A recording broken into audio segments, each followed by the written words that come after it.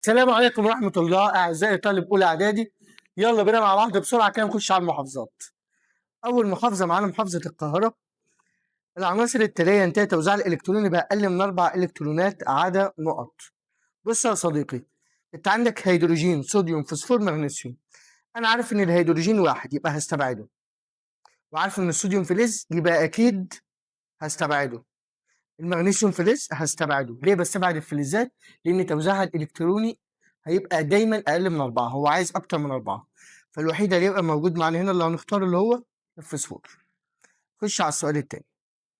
جسم كتلته 2 كيلو جرام، سرعته 3 متر على الثانية، تكون طاقة حركته نقط.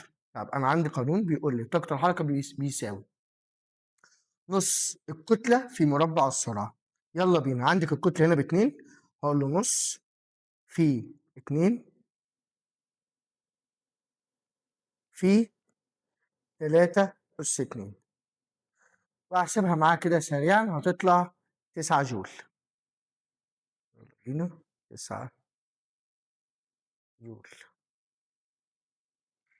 السؤال اللي بعده لك علل اختلاف قيمة بي اتش المحلول كلوريد الأمونيوم عن قيمتها المحلول كلوريد الصوديوم. طبعا انت راجل كبير وعارف ان محلول كلوريد الأمونيوم البي اتش بتاعه بيبقى أصغر من 7، فده هيبقى حمض. إنما كلوريد الصوديوم البي اتش بتاعه بيساوي 7 لأنه ملح متعادل. 2. اختلاف صخر الحجر الجيري عن صخر الرخام في النوع. طبعا احنا كبار وعارفين ان الحجر الجيري ده من الصخور الرسوبية، انما صخر الرخام من الصخور المتحولة زي ما انت اخدت في الوحدة الأخيرة. 3. طاقة حركة الشاحنة أكبر من طاقة حركة السيارة مع إن الاتنين في تساوي بينهم في السرعة. طبعا هقول له لأن كتلة الشاحنة أكبر من كتلة السيارة، وانا عارف ان كل ما الكتله بتزيد كل ما طاقه الحركه هي كمان بتزيد. علل الضباع من الحيوانات الكانسه، طبعا لانها تتغذى على بقايا الكائنات الميته. اوعى تغلط وتكتب جثث، اللي بتتغذى على الجثث هي الكائنات المحلله. طيب خش على السؤال رقم 2. الطول الكلي للمسار الذي يسلكه الجسم اثناء الانتقال من نقطه البدايه لنقطه النهايه يعرف باسم، برافو عليك، المسافه. راجل صح معايا كده وشغال. وحده قياسها المتر. فجأة واحد قال لي مستار انا جيت في الامتحان كتبتها كيلومتر، ايه الكلام؟ صح يا حبيبي برضه، متر او كيلومتر الاتنين صح. ما تقعدش تهري كتير بقى وركز معايا. 2. من الصخور النارية من الصخور النارية الجوفية ممكن نقول له الجرانيت، ممكن نقول له الجبرة.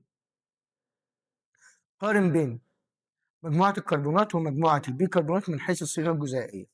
طيب الكربونات الصيغة الجزيئية بتاعتها تبقى CO3، انما البيكربونات بنزود اتش في الاول هتبقى اتش سي او 3.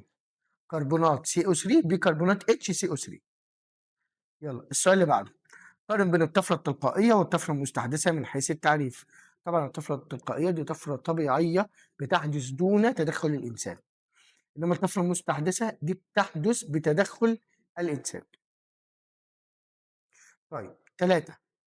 قارن بين الفلزات واللا فلزات من حيث الحالة الفيزيائية. طبعا الفلزات كلها صلبة باستثناء عنصر واحد بس، الزئبق اتش جي هو العنصر الوحيد اللي سائل، بينما اللا فلزات ممكن تبقى صلبة أو غازية ما عدا عنصر واحد بس، البروم هو الوحيد اللي في الحالة السائلة. 4. قارن بين الصخور النارية الجوفية والصخور النارية السطحية من حيث التكوين. طبعا أنا عارف إن الصخور النارية الجوفية دي بتنتج بسبب تسلب الماجما في شقوق القشرة الأرضية ببطء شديد، ولازم تقول لي ببطء. إنما أنا عندي الناحية التانية الصخور النارية السطحية دي بسبب تسلب اللافا على سطح القشرة الأرضية وبتبقى سريعة. يلا يا صديقي نخش على السؤال اللي بعده. اكتب المصطلح العلمي مخلوط مكون من مسؤول فلزين أو أكتر، كلنا عارفينها السبيكة. المسافة المقطوعة في وحدة الزمن طبعا السرعة. طيب السؤال اللي بعده اذكر فرقا واحدا بين كل من الزئبق والبروم. لسه قايلينها من شويه، الزئبق هو الفلز السائل الوحيد انما البروم هو اللافلز السائل الوحيد. يلا السؤال الثاني، فاذكر فرقا واحدا بين علاقة التنافس وعلاقة تبادل المنفعة. طيب علاقة التنافس قلنا هي علاقة غذائية بتجمع بين الفردين والفردين بيضر كلا الفردين. انما علاقة تبادل المنفعة علاقة غذائية بتجمع بين فردين برضو، لكن الفردين هنا بيستفادوا. طيب لو قال لك عايز مثال، ممكن تقول مثلا في علاقة التنافس دي أسدين أو حيوانين بيتنافسوا على موارد قليلة زي أنت وأخوك الحيوان لما بتتخانقوا على عدة الفرخ. عند إضافة قطرات محمد على الصخر إكس وصعد غاز يدفع عود ثقاب مشتعل يا للهول. اذكر اسم ونوع الصخر. طيب اسم الصخرة نقول له الحجر الجيري. إيش معنى اخترت الحجر الجيري؟ لأنه يطلع من ثاني أكسيد الكربون اللي هيطفي عود الثقاب المشتعل. ماذا يحدث عند تعرض الصخر إكس للضغط والحرارة؟ هيتحول إلى صخر، الله ينور عليك، صخر الرخام. استخرج الكلمة غير مناسبة. طب هنا أول حاجة هختار الجرانيت. رقم 2 طبعا هنختار الأسد لأن الباقي حيوانات قارطة إنما الأسد حيوان مفترس. طيب ب ناقص الصيغة الجزيئية لحمض الهيدروكلوريك طبعا HCl. احسب كتلة جسم يتحرك بسرعة 10 متر على الثانية إذا كانت طاقة الحركة 1000 جول. طيب ركز معايا كتكوتش صغير كده اللي في أولى إعدادي واصحى للكلام. أنت عشان تجيب دلوقتي الكتلة لها قانون، هنقول 2 في طاقة الحركة على السرعة أس 2. أقول لك تاني اكتب ورايا. لا شيل قلم واكتب، اعمل اللي بقول لك عليه. جدع. الكتلة بتساوي 2 في طاقة الحركة على السرعة أس 2. يلا بينا نحلها كده مع بعض. يلا هقول له الكتلة لان بتساوي 2 في طاقة الحركة اللي هو مديني هنا في السؤال ب1000، يبقى 2 في 1000 على السرعة اللي هي 10 أس 2. احسبها على الآلة الحاسبة، ما تشغلش دماغك على قد ما تقدر عشان تنجح. هتطلع لك ب20 كيلو جرام. 2 اذكر سلوك غريزي مميز للسناجب. اذكر كده عزيزي الطالب، اذكر كده. لا اذكر اللي هي مش تذكر دي، تذكر. طيب هقول لك انا السناجب بتتميز اللي هي ب ثمرة البندق بيتكسر الغلاف بتاعها، ده سلوك غريزي عندها. طيب آخر سؤال في الامتحان، المسبب الرئيسي لتجوية الصخور بمحمية الصحراء البيضاء. بصوت عزيزي الطالب، برافو عليك، عصف الرياح. خلصنا محافظة القاهرة في ثانية إلا ثانية. كوباية الشاي الحلوة بتاعتك، أو لأ بلاش تشرب قهوة عشان أنت وشك مليان حبوب. كوباية الشاي الحلوة بتاعتك وركز معايا وخش معايا بسرعة كده على محافظة الجيزة. يلا ما تكسلش وما تقفلش الفيديو، شايفك. كفايه اندومي بقى، كفايه اندومي وقرف بقى، ركز معايا. يلا اول سؤال اكمل. يمكن معالجه التربه الحامضيه باضافه مواد، يعني هي بالعقل اللي ربنا خلقه لك تربه حامضيه هتضيف لها مواد ايه عشان تعالجها؟ ايوه قاعديه. يلا اكتب ورايا قاعديه. مثل نقط، لا دي انت مش هتعرفها فاكتب معايا. مثل هيدروكسيد الكالسيوم CaOH باي 2. طالب قاعد ورا الكاميرا هناك ورا الشاشه. مستر لازم اكتب الرمز؟ لا عادي، ممكن تقول هيدروكسيد الكالسيوم بالعربي، ممكن تكتب الرمز بس تبقى حافظ الاثنين عشان الاسئله اللي بعد كده. يلا سؤال رقم 2، يحصل نبات الفول من بكتيريا العقد الجذريه على نقط لبناء نقط. طب هتحصل على المواد النيتروجينيه لبناء البروتينات. طبعا ده علاقه تبادل المنفعه.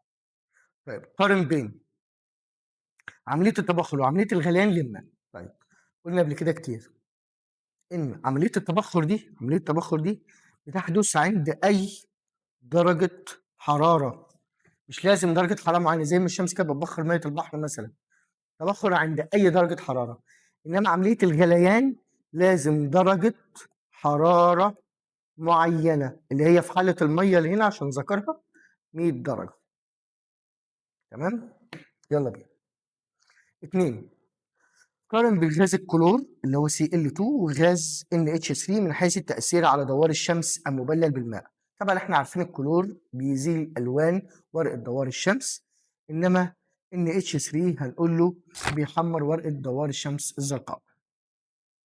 جسم كتلته 8 كيلو جرام، يتحرك بسرعه 5 متر على الثانيه. احسب طاقه الحركه. تاني، قانون طاقه الحركه بيقول نص الكتله في مربع السرعه. نص الكتله في مربع السرعه. طيب هكتب القانون وابدا احل. هقول له نص في الكتله، هنا هو مديلك 8، السرعه ب5، هربعها تبقى 5 اس 2. تقوم جاي احسبي يا آلة الحاسبة، يطلع لك 100 جول، تقوم كاتب 100 جول. قلت لك ما تحسبش بدماغك وما تفكرش، الآلة حاسبة على طول. 2، طاقة وضع الجسم على سطح الأرض مع التعليل. طيب أنا عندي طبعا طاقة وضع الجسم محطوط على سطح الأرض كده زي ما القلم محطوط قدامي كده، هتبقى صفر. ليه؟ لأن الارتفاع بصفر يا حبيب قلبي. مش قلنا طاقة الوضع 100 مرة تبقى الوزن في الارتفاع؟ طالما عندك الارتفاع صفر، فأي حاجة تضربها فيها تديك صفر. ما تصحى بقى يلا معايا. السؤال اللي بعده، السؤال اللي بعده. إذا كان الأنيون الداخل في تركيب الحمض HCIO يسمى هيبوكلورايت، فإن هذا الحمض يسمى، يعني هي مش محتاجة تبقى هيبوكلوروز اللي هي ألف. تقسم أنواع الصخور، سأعلم لك عليه بلون مختلف عشان تبقى. يلا، تقسم أنواع الصخور تبعا لكيفية تكوينها طبعا. العوامل التالية قد يؤدي إلى زيادة الجفاف والتصحر. إجابة ده سؤال ابتدائي، أقسم بالله ده سؤال ابتدائي. طبعا هتبقى قلة الهطول وزيادة التبخر في نفس الوقت، ده هيؤدي إلى الجفاف. وأنا بنزل كده على الصفحة، بص على الشاشة عندك، لا الناحية التانية، على ناحية اليمين. شايف اللوجو ده؟ ده بتاع اللوجو ده على فكرة، الديزاينر ده اللي عامله. يلا بينا نكمل. اخو معاك عزيزي الطالب عادي. علل درجة انصهار الألمنيوم Al13 أكبر من انصهار الصوديوم Na11. طيب أنا لو جيت أوزع Al13، بص على الشاشة الناحية التانية، هتلاقي عندك 2 8 3 بينتهي ب3 إلكترونات. إنما الصوديوم لو وزعته هتلاقيه 2 8 1 بينتهي بإلكترون واحد بس. فطبعا درجة انصهار الألمنيوم هتبقى أكبر، لأن إلكترونات التكافؤ بتاعته أكتر من إلكترونات تكافؤ الصوديوم. طب السؤال التاني، علل تلعب الإنزيمات. تخيل عزيزي، طب الإنزيمات بتلعب وأنت لأ. تلعب الإنزيمات التي تنتجها جينات دورا هاما في ظهور الصفات الوراثية للفرد. طيب أنا عارف إن الإنزيمات دي، الإنزيم بيبقى مسؤول عن التفاعل الكيميائي. التفاعل الكيميائي ده بينتج بروتين، البروتين ده بيظهر صفة وراثية محددة. يبقى أنا عندي كل ما الإنزيمات دي بتتغير، كل ما الصفة الوراثية اللي هتكون موجودة هتتغير. طيب ما الصيغة الجزيئية لحمض الهيدروكلوريك؟ خد بالك دي تاني مرة يجي نفس السؤال. أقول له طبعا HCl، أهميته في جسم الإنسان، مهم لهضم الطعام، وطبعا بيفرز في المعدة. ده علامة صح أو خطأ. طيب يعتمد تكاثف بخار الماء على فرق درجة الحرارة بين سطح الهواء المحيط، بين السطح والهواء المحيط. طبعا إجابة صحيحة. الزمن الذي يستغرقه الجسم يتحرك 40 متر على الثانية، القطع مسافة 2 كيلومتر يساوي 80 ثانية. طبعا غلط، بس أنا هكتبها لك بقلم ثابت. قيمة البي اتش المحلول موجود في الليمون أكبر من البي اتش الماء المقطر. طبعا ده كلام خاطئ، المفروض أقل، لأنه أقل من 7. 4، إذا أثر رجل على سيارة ساكنة بقوة مقدارها 80 نيوتن ولم يحركها من مكانها، لم يحركها من مكانها، العربية أو السيارة ما اتحركتش، فإن شغل المبذول 80. طبعا غلط، لأن طالما ما اتحركتش يبقى الشغل المبذول صفر. الله ينور عليك. طيب ماذا يحدث عند نقص الزمن المستغرق لقطع مسافة معينة بالنسبة لسرعة الجسم؟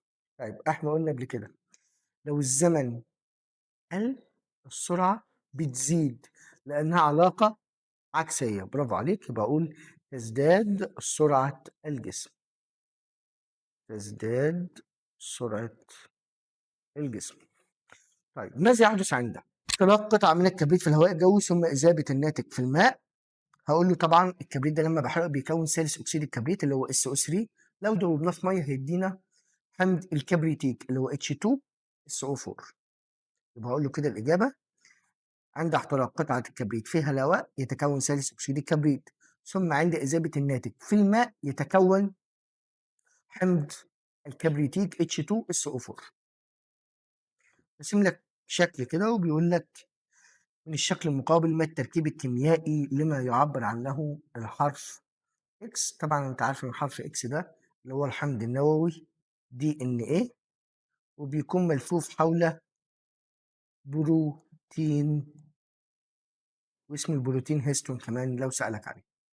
طيب بيقول لي حدد موقع X ده اللي هو الكروموسوم يقصد في حقيقيات النواة وأوليات النواة. حقيقيات النواة يبقى أكيد موجود داخل النواة، إنما أوليات النواة هي أصلا ما فيهاش نواة، فيبقى موجود في السيتوبلازم. اكتب المصطلح العلمي: أجسام صلبة مكونة من معدن واحد أو عدة معادن، طبعا الصخور، أقصر مسار مستقيم في اتجاه ثابت يصل بين نقطة البداية ونقطة النهاية، طبعا ده تعريف الإزاحة. اذكر أهمية واحدة لكل من مقياس الرقم الهيدروجيني، ممكن نقول له تحديد قيمة البي اتش بدقة عشان نقدر نتعرف منها على الأحماض والقلويات والمحاليل المتعادلة. طيب إعادة تدوير بعض الفلزات، ممكن نقول أهميتها بتحول النفايات إلى مواد جديدة صالحة للاستخدام مرة أخرى. من الشكلين اللي قدامنا في الصورة دول ما نوع الطفرة اللي يمثلها كل شكل؟ طبعا الشكل واحد ده طفرة تلقائية ضارة، إنما الشكل اتنين طبعا طفرة مستحدثة لأنها بتحصل الإنسان هو اللي بيعملها وطبعا مفيدة. والسؤال رقم 2 هنا بيقول لي أهمية الطفرة رقم 2 إيه؟ ممكن نقول له توفير الطاقة الكهربائية المستخدمة في التكييفات الموجودة في المناطق الحارة. الحمد لله خلصنا المحافظة رقم 2، استنونا إن شاء الله في المحافظات الباقية في الفيديو القادم إن شاء الله. كان معكم مستر كريم درويش بروفيسور العلوم.